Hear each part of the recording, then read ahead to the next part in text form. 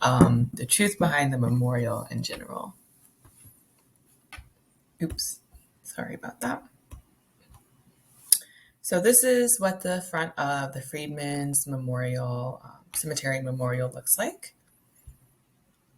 And to give a little bit of background, so this whole sort of, not story, but narrative begins in a time directly after enslaved people were emancipated in Texas. And it begins in a city called Deep Elm. Deep Elm is a freedman's town. And this is where traditionally enslaved people worked on railroads, especially during the Civil War. And then after emancipation, the area of Dallas was still heavily segregated. And so newly freed citizens continued and stayed, those of them that were there. And it was just an area that they were able to prosper in because of what we'll talk about next. So in 1869, a group of formerly enslaved people purchased 1 acre of land for $25 in Deep Elm. This purchase helped other people, inspire other formerly enslaved people to purchase land. And this eventually led to the development of a huge community. There were doctors, businesses, pretty much everything, schools, churches. And so this kind of helped build a little community in a heavily segregated area. And this area just served as a means of protection.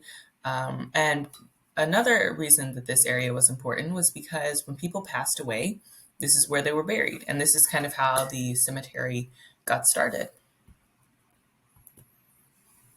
All right, so this is like an example of a headstone from the cemetery. So there are a few important things to note. The memorial that we see today was not actually what this space was originally intended for. This space was originally intended for a place of just recollection, of trust, a sense of security, a sense of community. It wasn't necessarily originally thought of to just be this historical place. It was really just more of a means of survival. And so this idea connects a lot to the idea of historical narratives. Kind of thinking like, kind of how we were talking in class. What was this place originally intended to be? And then is it ethical or moral for us to kind of create our own narrative around it?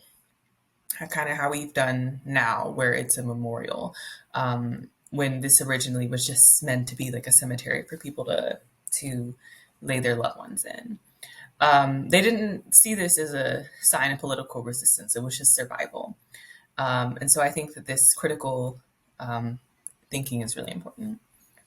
Okay, so the political reasonings for creation, in my opinion, are to include historical narratives from the past that could easily be forgotten within the next several years.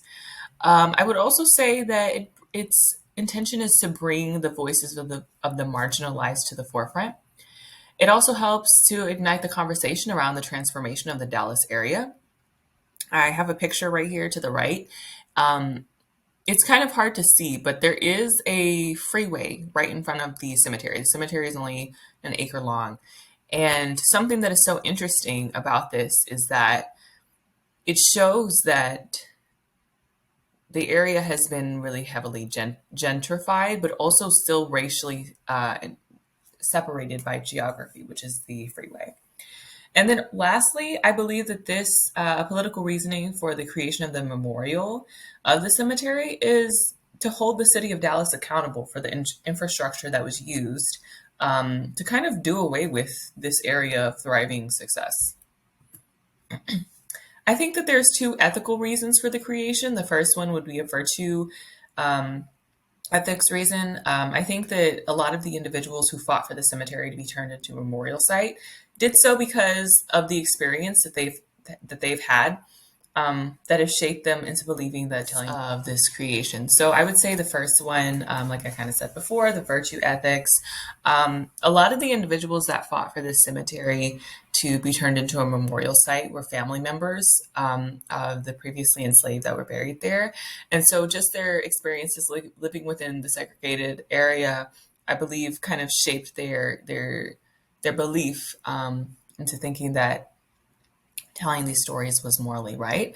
And then consequentialism, the types of connections that the people who fought for the memorial had to the enslaved people, and then just the consequence or the outcome of not standing up and saying something when this area that was created for Black people to thrive was being gentrified and built over. I think that those people probably felt like there would be some sort of consequence of not telling the story. The consequence could be something like, uh, critical race theory kind of happening now, or just these stories being faded into oblivion. All right, so there were some oppositions. So I would say ethically, utilitarianism. The city was maximizing the well-being of the outside community, the other side of the community that was segregated, sort of against the this side by the freeway, with new infrastructure, and so they wanted to just do away with the entire thing because they felt like it would maximize the well-being of everyone else if this area was kind of done away with and turned into something more convenient for them. I'd also say that the elevation of Black voices was a threat to this heavily segregated area at the time. During this time, Dallas was quoted as the most racist city in Texas, especially because of its heavy involvement in the KKK chapter. And so, this idea that daring to bring historical narratives of the marginalized to the front lines in a time where, critical analysis of race, or critical analysis of race are considered threatening to white nationalism, especially in a state like Texas. This was threatening all around. I say a few different things led to this. During the 1930s, a need for infrastructure was rising, and so a freeway was scheduled to be built directly over the cemetery, which later helped further segregate the areas. This freeway was a tool of racialized geography. The construction, as it continued, the main area of the construction was coincidentally within the Freedman's town. This drove out the Black families, uh, and many that were forced to relocate, they had very little resources to relocate. Um, and then the individuals, kind of like I said earlier, who advocated for the destruction of the cemetery used the arguments of, oh, well, we need to do things that are more convenient for us. This area is unimportant to the city as a whole. And then, so what happened was the cemetery was facing a lot of neglect, and a lot of it was just financial reasons for upkeep. Um, and a lot of that was because the Black families just didn't have the resources to keep it up.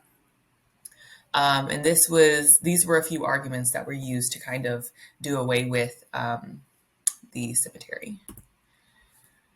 But there were some important things that happened. In the 1990s, families of those that were buried in the cemetery came together, created a campaign for the city of Dallas to investigate this area, investigate the gentrification and the infrastructure. And eventually it was proved that there were to be over 2,000 people buried there. Cleanup crews came, money was raised to help repair the damage that had been done to the cemetery. And then what eventually happened was this was turned into a memorial. And this memorial now serves to access the past and then to listen to the stories of the families. I think that there's a few ways that this connects to the class. The first one is sort of a question that came up in my mind, and it's something that we discussed earlier. Is this memorial morally correct in the context of historical narratives? Like I said before, the original intention of this cemetery wasn't as a political ideology. It was just a means of survival. And so I think that that's a question that kind of comes up that connects a lot to our class. And then also the idea of ownership, like who gets to tell the story. The people that are telling the story are not people that were buried. We're not necessarily the ones that were buried. We're not necessarily the ones that were there in the first place. Um, and so I think that it kind of brings up this idea again of like narratives. Who gets to tell the narratives? How does this narrative play out? What are the ethics behind telling this narrative?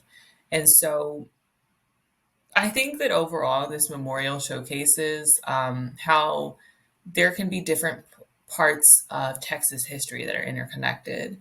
Um, the memorial serves to honor our past, but I think the other thing is that it shows the present. And the reason it shows the present is because of the racial geography that is very near, but also the gentrification around it. I think that it shows how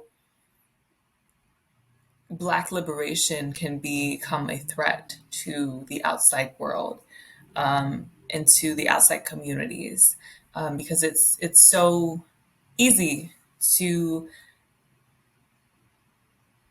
simply exist, but become a threat to people that already think lesser than of you.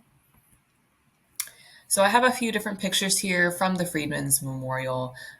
Looking at the first picture at the top left, this is showcasing like formerly enslaved people kind of crying.